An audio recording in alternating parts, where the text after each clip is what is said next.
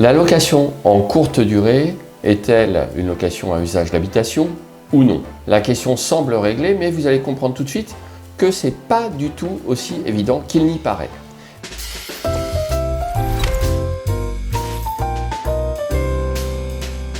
Et d'ailleurs, sur ces sujets un petit peu compliqués, je vous invite à rejoindre mon podcast pour investisseurs immobiliers, sous-loueurs, conciergerie, bref, toutes les personnes qui s'intéressent à l'immobilier pour tout comprendre, tout savoir sur l'actualité juridique et fiscale immobilière qui est évidemment complexe et changeante.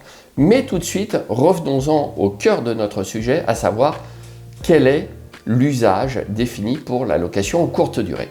Et là, vous allez comprendre qu'il y a une petite surprise dans cette vidéo parce que vous croyez que la location en courte durée n'était pas une location à usage d'habitation, alors qu'en fait, ce n'est pas du tout aussi évident que ça. En effet, et là, évidemment, je vais vous lire l'article le plus important, c'est l'article L631-7 du Code de la construction et de l'habitation. Alors attention, je ne lis pas la totalité de l'article. Donc, écoutez bien, la présente section est applicable aux communes de plus de 200 000 habitants, il y en a 10 en France, et à celles des départements des Hauts-de-Seine, de la Seine-Saint-Denis et du Val-de-Marne, et à Paris. Mais sont également concernées les communes dites en zone tendue. D'accord ? Dans ces communes, le changement d'usage des locaux destinés à l'habitation, donc on parle d'usage de locaux destinés, ce qui me fait penser à destination, évidemment, destiné. Vous allez voir pourquoi je vous spécifie ça. Destiné à l'habitation est, dans les conditions fixées par l'article L631-7-1, donc l'article suivant, soumis à autorisation préalable. Là, je vous passe d'autres petits détails, on arrive à la fin de l'article.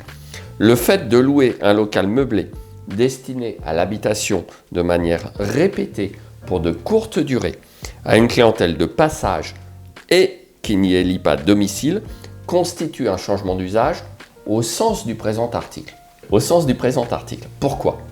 Parce que si vous avez bien écouté ce que je vous ai dit, au besoin réécouter ce petit passage de la vidéo, on en conclut que normalement, un appartement à usage d'habitation ne peut pas être loué en location en courte durée, sauf si on procède à un changement d'usage. Et pour ça, il faut faire une déclaration préalable d'autorisation de changement d'usage. Mais d'une part, on parle de changement d'usage dans les communes qui sont visées dans l'article, donc les communes de plus de 200 000 habitants, de certains départements, les zones tendues et Paris. Ce qui laisserait à supposer que dans les petites communes, il n'est pas nécessaire de solliciter une autorisation de changement d'usage. Eh bien, c'est le cas. Si vous êtes dans une commune de 1500 habitants en province et que la ville n'a mis aucune règle en place et que de toute façon, à l'heure où je tourne cette vidéo, il n'y a pas de réglementation permettant à la commune d'instaurer une demande préalable d'autorisation de changement d'usage, eh bien, l'appartement à usage d'habitation ou la maison à usage d'habitation peut être loué en location courte durée sans autorisation de changement d'usage. Donc vous le voyez, finalement, quand on creuse un petit peu, on s'aperçoit que la location en courte durée n'est pas forcément exclusive de l'usage d'habitation. Pas forcément exclusive. Mais en plus, vous avez le deuxième tempérament qui est à la fin de cet article, au sens du présent article.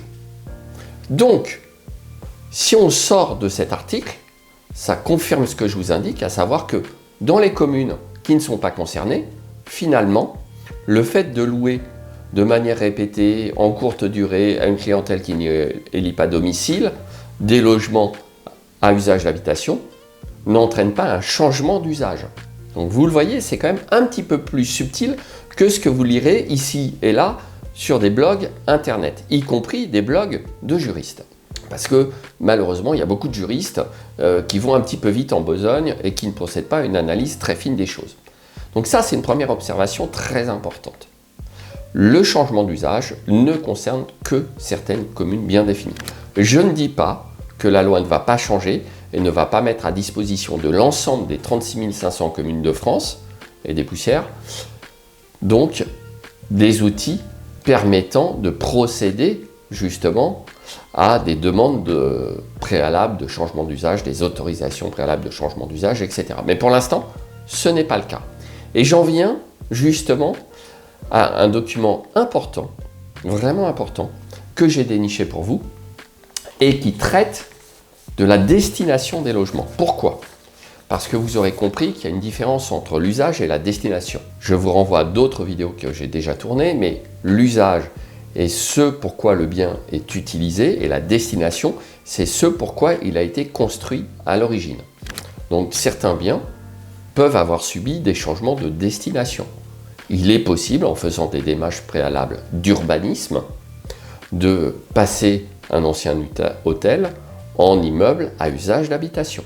Alors je dis bien à usage d'habitation, il n'y a que deux usages en droit français, habitation et usage autre que l'habitation. En revanche, les changements de destination sont régis non pas par le code de la construction et de l'habitation, mais par le code de l'urbanisme.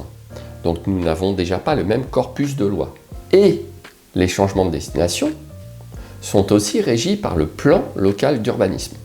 Les PLU qui se mettent en place au fur et à mesure dans de plus en plus de communes en France. Et d'ailleurs, prochainement, il y aura, courant 2025, l'instauration normalement du nouveau plan local d'urbanisme de la ville de Paris, dont j'ai déjà eu l'occasion dans une précédente vidéo de rappeler qu'il allait être très volumineux et complexe.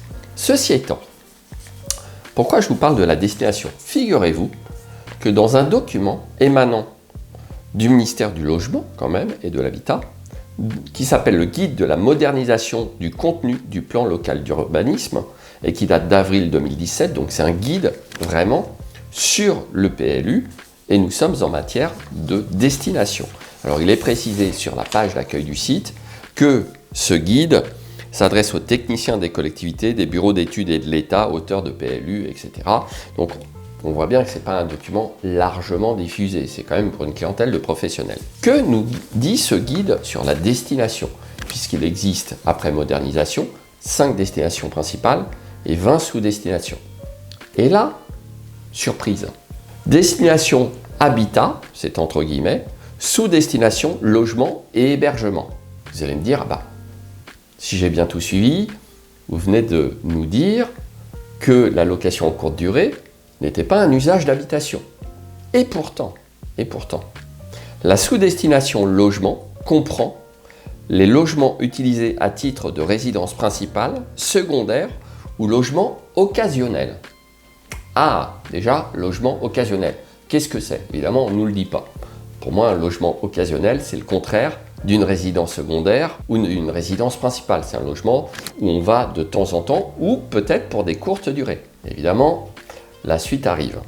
Mais retenez bien que cette définition, cette sous-destination logement est une sous-destination de la destination principale habitat.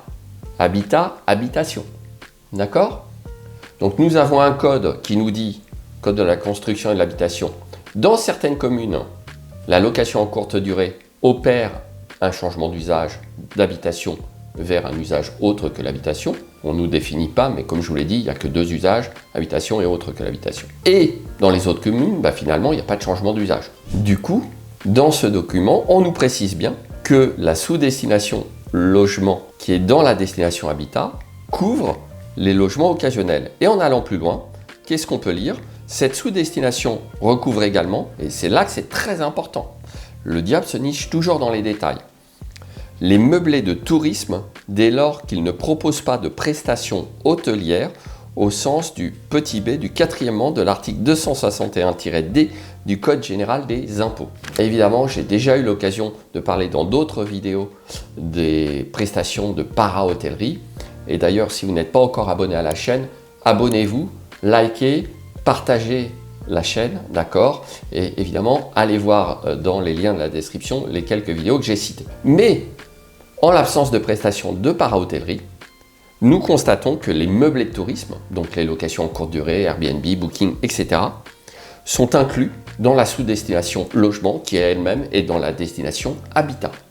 Ce qui veut dire qu'en réalité, au sens du droit de l'urbanisme, la location en courte durée n'est pas considérée comme autre chose que la location d'un habitat. Et vous voyez que finalement, quand on vous dit « Ah bah oui, mais vous ne pouvez pas faire de la location en courte durée ici parce que c'est une habitation et que c'est un usage exclusif d'habitation », c'est pas du tout aussi clair que ça, parce qu'en droit de l'urbanisme, ce n'est pas le cas. Et donc, qu'est-ce qu'il emporte ?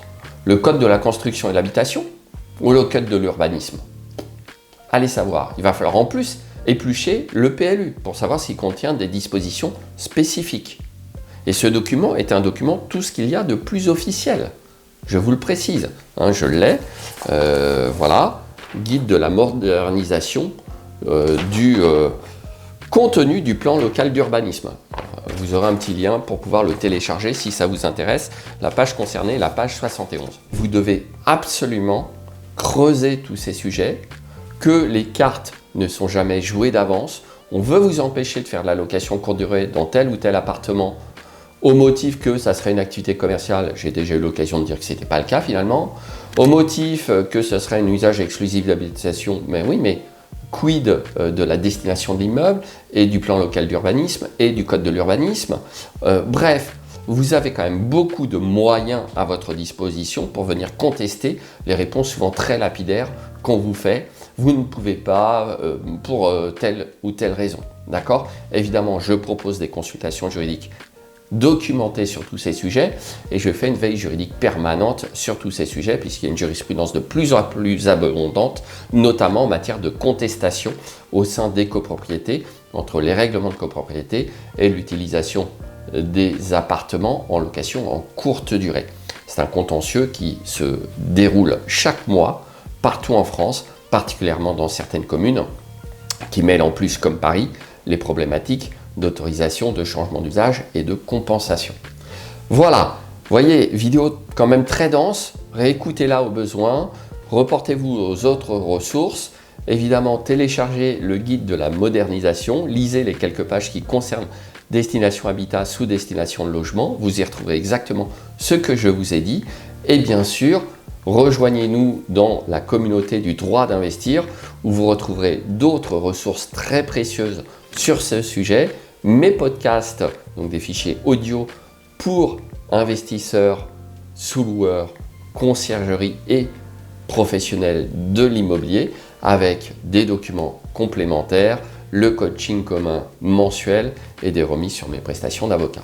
Je vous dis à tout de suite dans la prochaine vidéo.